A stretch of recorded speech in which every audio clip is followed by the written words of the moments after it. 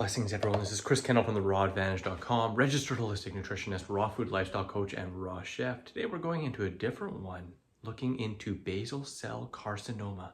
Let's get into it. Baby, I like it raw. Raw Advantage likes it raw. Ooh, baby, I like it raw. Yeah, baby, I like it raw. Hey. Wow, like take a million. I've never done a video that's taken this many takes, but it's a little bit more intense and a little bit different than my common raw food recipes and raw nutrition based videos.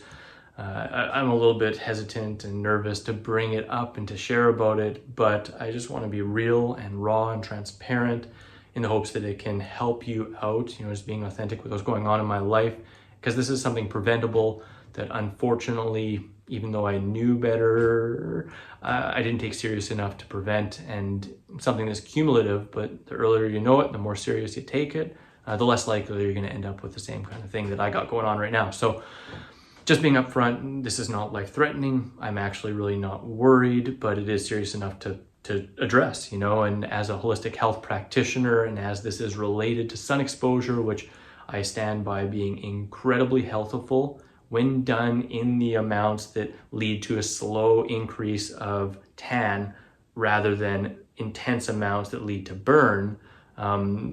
Excessive amounts of sun exposure and even UV exposure from tanning booths and stuff like that can cause damage and can cause major issues, right? And I'm lucky these are actually some of the more minor forms of skin cancer and pre-cancer on my hand that are treatable, and I already have treated, but they are serious enough again to address. So what am I dealing with here? Well, I found a spot up here that is actually called basal cell carcinoma. It is the most common form of skin cancer. 8 out of every 10 diagnoses of skin cancer end up being this. It's non-malignant, so it's not spreading all over the place, non-melanomic, so it's on the surface of the skin, but over time, if left untreated, can get bigger and can go even into the bone and cause disfigurement or even death.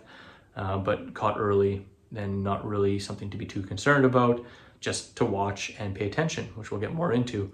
On the back of my hand, I had a diagnosis of actinic keratosis, which is actually a pre-cancer that can develop into a more serious form of skin cancer if not treated early. So first, I just want to share kind of the causes of this and why I'm really susceptible for it, and then we'll go into the treatments. The causes of both really are excessive sun exposure, UV exposure. Unfortunately, radiation damage is cumulative, meaning it adds up. If you're light-skinned, like blonde-haired, light eyes, freckles or red hair, stuff like that, you're much more susceptible to UV damage. And anyone can be susceptible. The real big precursor is repetitive burning, and that's what you really want to prevent. Unfortunately for myself, I was told as a kid that I was allergic to the sun and given special creams because I'd blister when I sunburnt, and I've been sunburned more times than I can count, sometimes to a degree where I should have been hospitalized. One time in Miami, to the degree where I literally couldn't wear clothes for 2 weeks, could barely put a sheet on my body for about a week, and couldn't leave the house for a month. No word of a lie, peeling layers of skin off. Very silly past life. And surfing and skateboarding, I've burnt myself more times than I can count. Some notable ones on my hands surfing, covering up the rest of my body with UV protectant rash guards, but forgetting to put anything on my hands and being in the midday heat for hours and hours, and then coming out and having just burnt hands and burning on top of the burning. And anyways, that's all cumulative, and unfortunately, radiation damage is deeper than the skin. So even when you have stuff treated, the radiation can cause the same kind of thing to come up. But nonetheless, the most important thing is to note when you have any abnormal spots or scabs or little teeny wounds that won't heal. And that's really what happened to me here. Is I had a little scaly patch on the back of my hand, which is kind of like a skin colored scab that just wouldn't go away after 5-6 months, kept coming back, and I scratched it off, kept coming back. And I also had a little teeny scab that would sometimes just look like dry skin and then be a little scab and then, just look like a little raised portion around the edges. And it just would go and come back. And after about 5 months, Camilla and then also myself decided might as well go see someone about it. They recommended me to a specialist, and the specialist just last week did diagnose that one up here as a basal cell carcinoma, and the one down here, as I said, as actinic keratosis. So going into the treatment, you know, when I was in there immediately, she said, we can treat this one on your hand right now. And it's simple. It was a liquid nitrogen spray where basically it freezes it down to the base skin layer, and then the affected tissue just sloughs off. At first blisters and then sloughs off, and then normal tissue grows on top.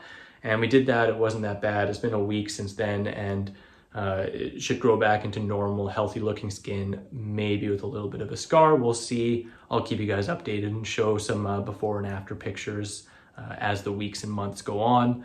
And the one up here, though, she said the basal cell carcinoma, she said it is more important that they actually biopsy it and cut it out. So they scheduled an appointment for me, and just a few days ago I went in, and yeah, they prepped me with just a little local and then cut out a bigger portion than I thought, about that long. So I have a scar like that, which we'll see how that goes. Normally I heal incredibly well from scars. You know, it's one thing that I've really benefited from with the raw food diet is, you know, really soft, supple skin that tolerates sun a heck of a lot better than I ever used to, and I heal better than I ever used to, and scars typically seem to heal really well. So we'll see how that goes. I'll keep you guys abreast of that as well. After I did that, I was still at the point where I wasn't totally sure if I was going to share this outwardly, as a little bit, you know, as I said, a little bit embarrassed, a little bit of ego in there.